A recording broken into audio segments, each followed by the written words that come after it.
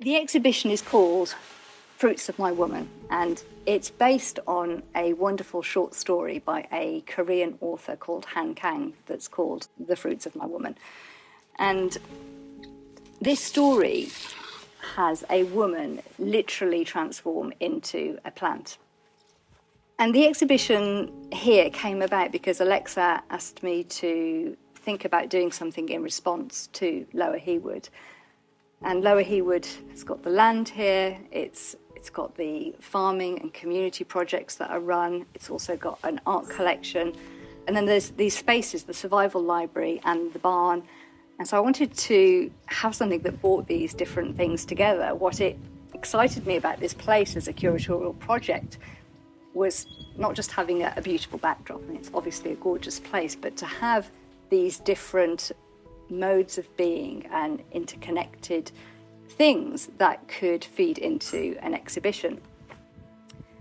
And so having the exhibition based on a book, because of the library that's here, and particularly a book that was about this porous boundary between human and non-human, human and vegetal, seemed like a really lovely thing to start the exhibition based on.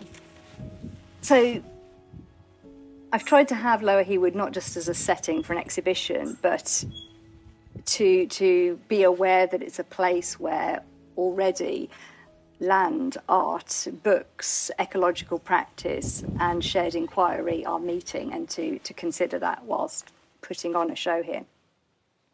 And the Survival Library itself, I think, makes that all those things especially visible with the kind of books that I saw were in there. So there's a mixture of art books, psychoanalytic text, poetry, myth, farming practice, books about the land.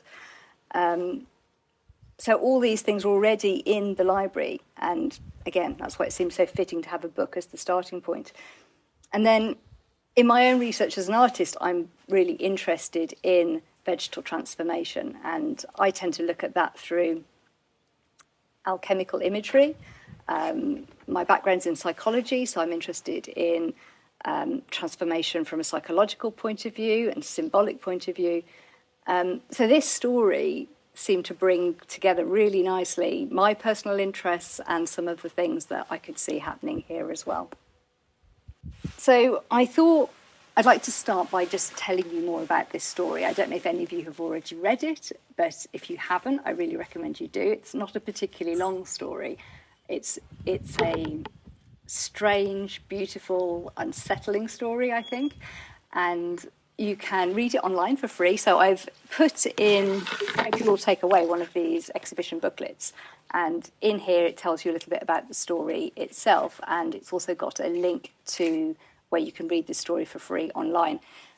But the story begins in a domestic space. It's in a flat. And we have this woman who feels very constrained by her life. She feels constricted by the expectations of society, and by her husband, who is, we read, he's very dismissive, very unaware of her, and seems completely unaware of her instinctive needs for freedom and growth. And right from the start, this book has the most fantastic language that literally folds in the body and the vegetal together, which is another thing that really appealed to me. And we hear how she starts to have these bruises appear on her body that turn to green, and eventually she starts to turn vegetal. And the first half of the story is told through the husband's voice. And he sees these bruises, strange bruises appearing on her body. But he's very dismissive. He's more concerned about his own loneliness than what's happening to her or the needs and desires that she has. And I wanted to read to you just the very first sentences of this story to show you how this wonderful language folds in the body and the vegetal. So it starts saying, "It was late May when I first saw the bruises on my wife's body. A day when the lilacs in the flower bed by the janitor's office sprayed out petals like severed tongues. And the paving slabs at the entrance to the senior citizen centre were clotted with rotting white blooms, trampled beneath the shoes of passers-by. The sun was almost at its zenith. Sunlight the colour of a ripe peach's flesh oozed onto the living room floor, shedding countless particles of dust and pollen. So right from these very first lines, plant life isn't presented as something pretty or decorative. It's really bodily. The lilacs are severed tongues. The sunlight is described as the colour of peach flesh, and it's oozing into the room. So before the woman's transformation has even properly begun, the language has made the world porous. We've got plants, pollen, dust, flesh, the domestic interior, all entering into one another.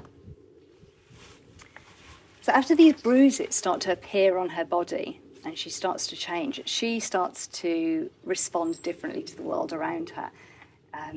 She talks about when the sunlight is out, she has this desire to take off her clothes and stand on the balcony and move towards the sunlight.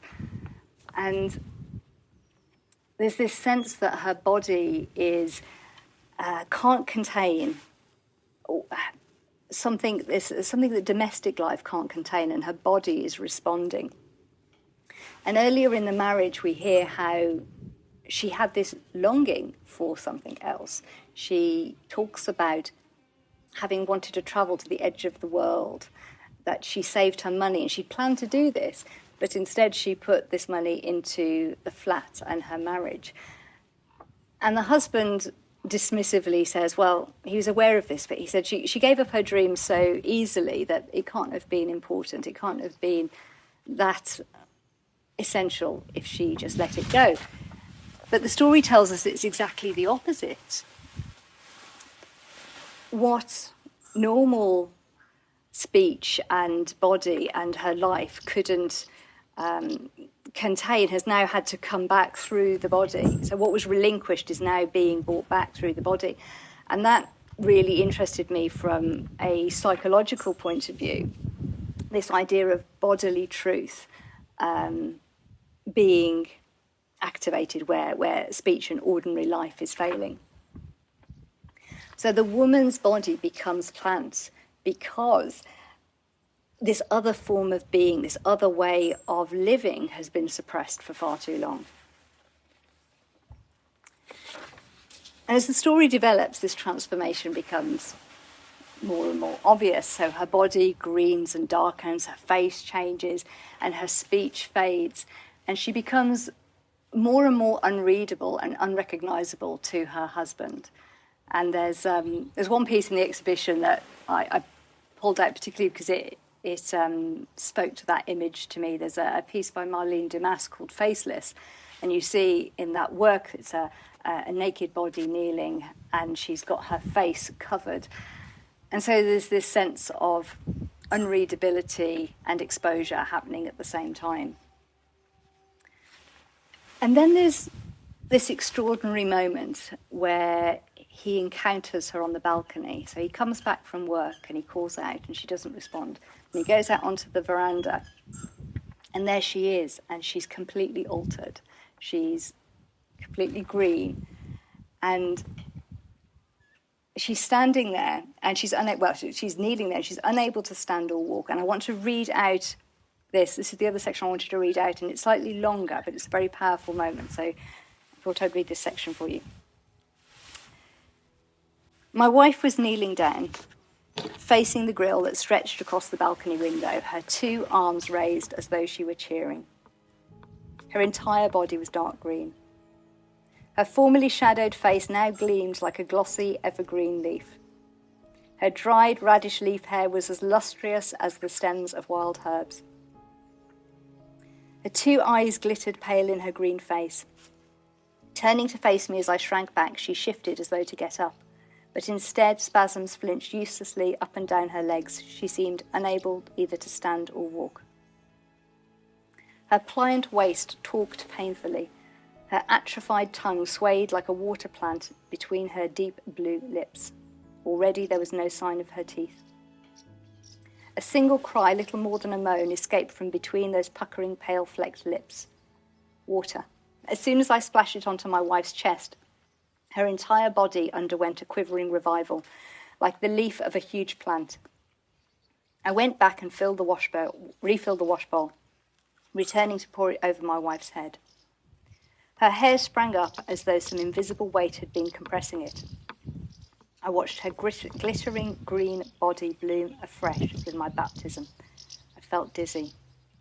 My wife had never been so beautiful. So this moment is crucial because this transformation changes their relationship. So in the beginning of the story, the husband had been dismissive and emotionally limited. But when she becomes plant-like, he has to tend to her and he starts to see her. So he waters her. He buys her a large plant pot and literally plants her in this giant flower pot. And then in the second half of the story, it switches to her narration, and she tells how she said he used to get tired walking up the stairs to the flat. Now he goes behind to the mountain and he goes and walks to collect mineral water for me because he knows I don't like tap water. And we hear how on a Sunday he will go on the balcony and catch aphids to feed her. So there's this beautiful sense of him being transformed as well in terms of his care, and even positively himself. So he didn't have the energy to walk up the stairs before, and now he's up the mountain. He's got a joy. So there's something plant is transforming him as well as her.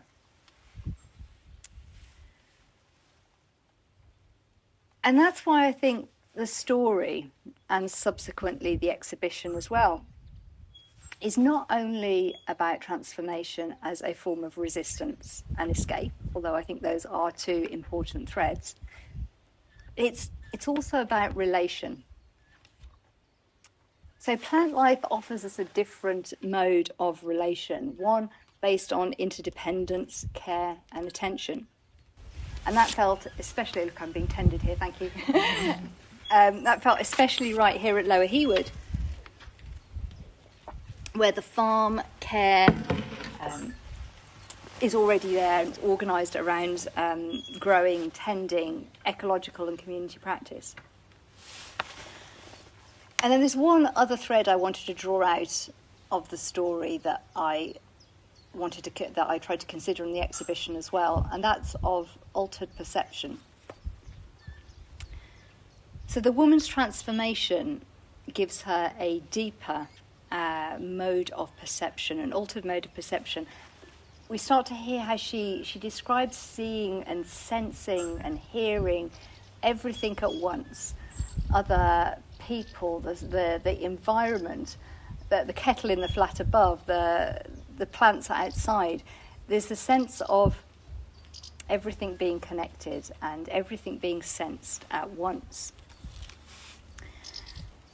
And I think some of the artworks in the exhibition, the artists have exhibited that sense of awareness around connection and a deep sense of perception. I'm thinking particularly of works like Amy Parrott's monoprints, where you have these numinous monoprints that suggest different forms, and they seem, to have a real sense of the feeling of the world going on around us. And so I hope that looking around the exhibition, you'll get this sense that I didn't want to just illustrate an interesting plant fantasy in this story. I wanted to pull through these aspects that show it as a psychic and bodily act. And so it's a turning away from systems that constrict and a moving towards forces that nourish us. So practically the exhibition starts in the library, it goes through the passageway and then ends in the barn. And there was a very deliberate choice in the works that were chosen to be in those sites as well. So the library holds the more domestic and psychic aspects of the story, and the passageway acts as a transition space. So a lot of the works there are talking about this interior and exterior transition. And then when you move into the barn, there's this sense of almost going to ground, this more elemental, connected to earth and landscape feeling towards it. And across the show, when we go through, you'll see a mixture of bodies, vessels, altered and imagined landscapes, and then symbols of transformation like the snake. And some of these bodies and landscapes are fragmented, spliced, reassembled. It's a very materially rich show. There's painting, drawing, textile, ceramic, glass. So I get very seduced by materiality, and I think it was important for the story in this place as well to have that wonderful overlap of texture and material. In the booklet, there's also a wonderful essay by Simon Grant that I hope you'll read. It's called Everything Has to Change to Stay the Same. And he discusses metamorphosis there as a long art historical theme, from Ovid onwards, where bodies become animals, nymphs become trees, humans turn into stone. And he very much draws out the relationship between metamorphosis and fragmentation, which is also something I was very interested at in delivering works that spoke to that in the exhibition. So fragmentation it can become the point where something fixed has to be broken open in order for something new to emerge. A new arrangement becomes possible. And the other thing that Simon's essay looks at, he frames metamorphosis as a way of reimagining the self as a part of a larger cycle of growth, decay, and interconnection. And these are all important things that I wanted the exhibition to hold. The human, not separate as the vegetal, but interconnected. You know, we're not disconnected from soil, from the food that we eat, from the landscape around us, from the more than human world. And so I really think the artworks in the exhibition show that, and I think a lot of the artists are conscious of that in their practice. It's a show where the works are showing that all forms of life are porous. There's a vulnerability, but there's also resistance. There's this interdependence. And then the living responses in the exhibition are part of that as well. So you'll see, and we'll talk more about that when we're actually in the space, but there are living plant matter brought directly in conversation with the artwork. So I didn't just want to reference plant, I wanted to have it directly in the space as well. And we'll talk about how they were made, but also they bring in the people who live and work here as well. So I thought that was lovely. So I'd like us to actually go into the space now. We're going to start in the library.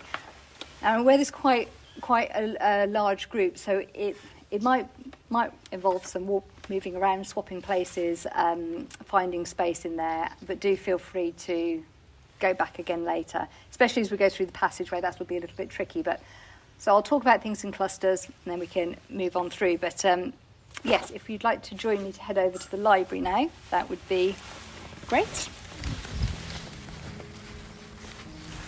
Claire talked us through the plants here, and I don't know if she's going to be sharing a bit about that at the farm tour at the end. But so many of these plants are connected to healing as well, which is a lovely connection to the story. So there's the chamomile, valerian root for sleep. Anyway, I'm sure Claire will fill you in on those as we go through, but let's head towards the library.